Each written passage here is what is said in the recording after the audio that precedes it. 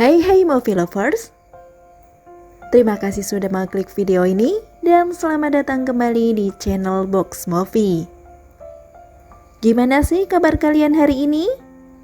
Mimin harap semoga kalian baik-baik saja ya dimanapun kalian berada.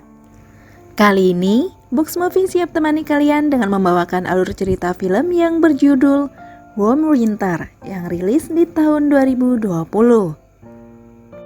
Yang diperankan oleh aktris cantik yang bernama Aina Shinkawa.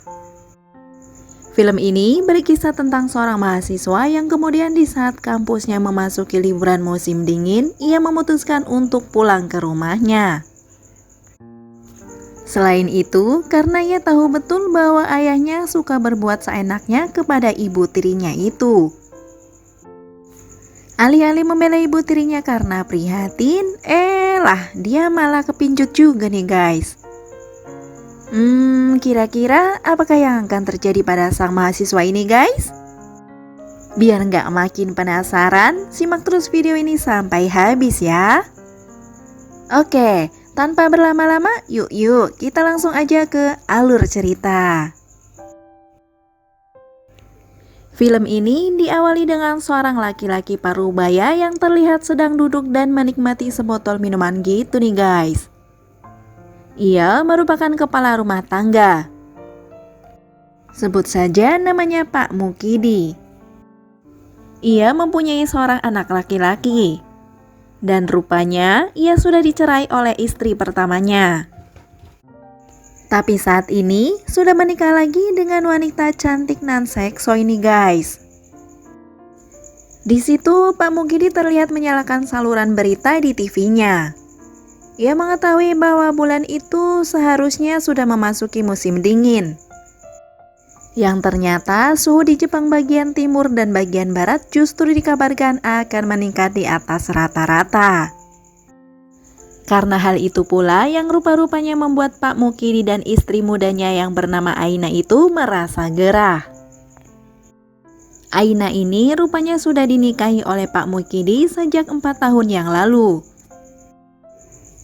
Kemudian ketika Aina yang sedang membawakan makanan untuk suaminya itu tiba-tiba telepon rumahnya pun berdering.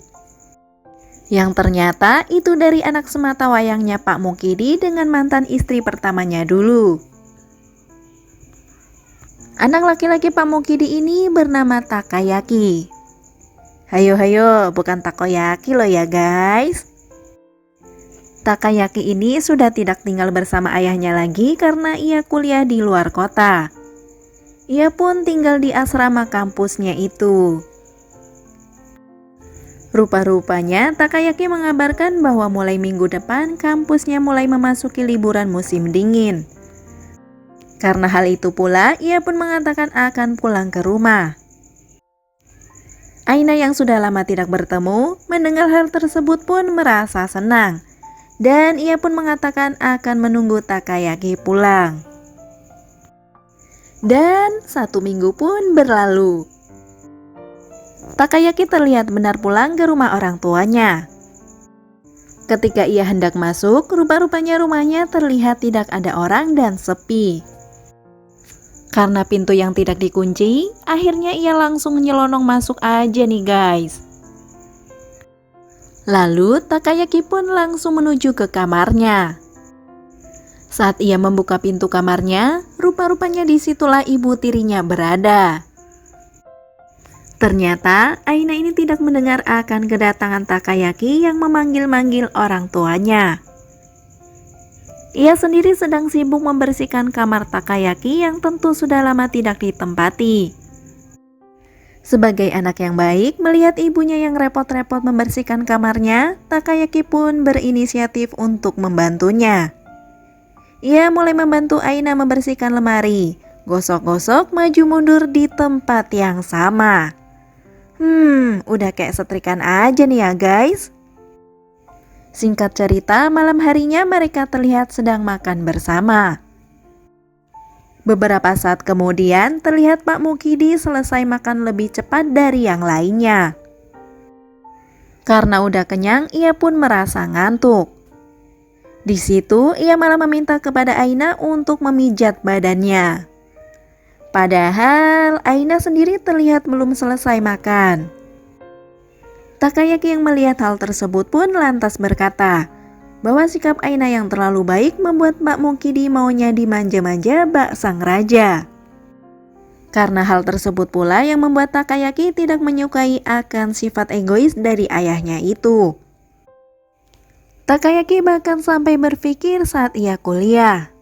Ia merasa kasihan kepada ibu tirinya itu yang menghadapi sifat ayahnya yang selalu ingin dilayani. Di keesokan harinya terlihat Takayaki yang baru saja bangun dari tidurnya. Dan Pak Mukidi sendiri sudah pergi untuk bekerja. Takayaki melihat ibu tirinya ini sedang mencoba untuk melemaskan tubuhnya, yang sepertinya karena kecapean gitu kali ya guys. Aina goyang-goyangkan kepala dan tubuhnya ke kanan dan ke kiri. Takayaki yang sedari tadi memperhatikan Aina pun mulai bertanya kenapa. Akan tetapi Aina menjawab tidak apa-apa. Ia hanya mengatakan bahunya sedikit sakit karena lelah mengurus rumah. Mendengar hal tersebut, Takayaki pun mencoba menawarkan untuk memijat bahu ibu tirinya itu. Aina pun terlihat tersenyum dan menerima tawaran anak sambungnya itu. Karena sudah mendapat izin memijat, Takayaki pun langsung menghampiri Aina dan mulai memijat bahunya. Pada adegan ini, rupa-rupanya Takayaki terlihat seperti gugup gitu nih guys. Mungkin karena ia sambil disuguhi pemandangan gunung kembar Aina yang goyang-goyang sambil bertabrakan ketika ia memijatnya. Takayaki yang terlihat tidak tahan ingin menangkap sampai-sampai menelan ludah gitu nih guys. Tapi pada akhirnya dengan kedua tangannya itu ia pun langsung menangkapnya. Sementara Aina pun mulai panik akan aksi anak tirinya itu. Ia pun menghentikan Takayaki, akan tetapi Takayaki yang masih asik mencengkram sambil menggoyang-goyangkan lebih kencang, tiba-tiba Pak Mukidi menelpon dan memberitahukan bahwa ia akan segera pulang. Takayaki yang mendengar hal tersebut pun yang lagi serius langsung buyar. Ia langsung lari ke kamarnya sembari mengubur semangat juang aksi goyang-goyangnya tadi tuh guys. Lalu di keesokan harinya, Pak Mukidi ini dikisahkan akan kerja lembur.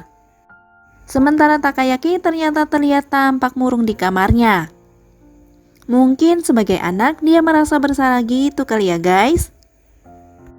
Ia berpikir merasa tidak enak jika nanti saat makan malam hanya berdua dengan Aina.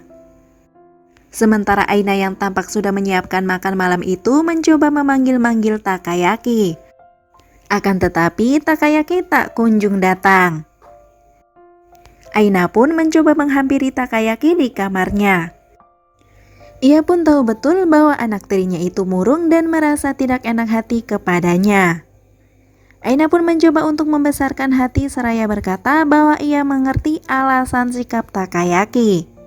Bahwa kini Takayaki adalah anak laki-laki yang sudah beranjak dewasa. Di situ Aina juga berusaha untuk membujuk Takayaki untuk segera makan malam bersamanya. Aina pun mencoba mengajaknya sambil beranjak dari kamar Takayaki.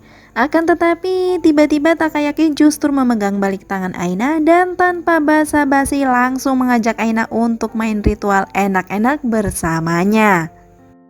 Tanpa perlawanan dari Aina, adegan mereka berdua ini kurang lebih selama 27 menit. Di keesokan harinya, rupa-rupanya Aina justru merasa senang akan aksi mereka berdua kemarin. Ia menyadari akan kehebatan batang singkong medium Takayaki.